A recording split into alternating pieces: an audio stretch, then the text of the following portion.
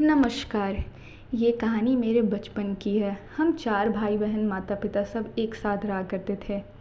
हम सभी खुशी से रहते थे। हमारे खुश होने का कारण ये नहीं था क्योंकि हमारे पास सभी सुविधाएं थी, बल्कि कारण ये था कि हम सभी अपने जीवन से संतुष्ट थे।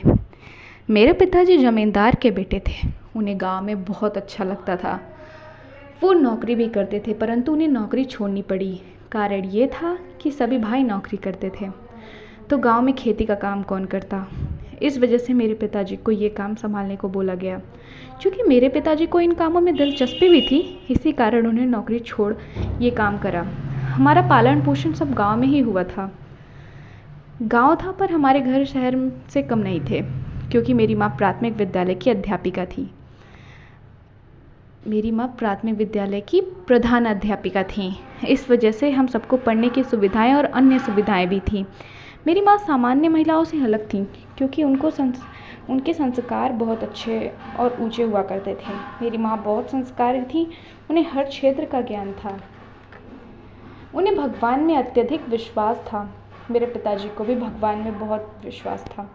वो दोनों लोग दान पुण्य भी करते थे। सबको ज्ञात होगा कि उस ज़माने में पैसे की कितनी कमी हुआ करती थी सबके घर में। उसमें भी हमें पढ़ाना, हमारा पालन पोषण करना सब कठिन था। लेकिन उतने ही पैसे में हम लोग अच्छे से रहा करते थे।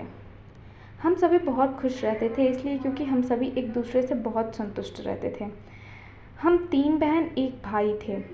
मेरा भाई सबसे छोटा था। वो बहुत पूजा पाठ करने के बाद हुआ था। मेरे माता पिता ने उसके लिए बहुत तप किया था। इतनी पूजा पाठ के बाद मेरा भाई हुआ था, इसलिए सब उसका बहुत सम्मान और उसकी इज्जत करते थे। सभी उससे बहुत प्यार करते थे, उसको बहुत माना करते थे।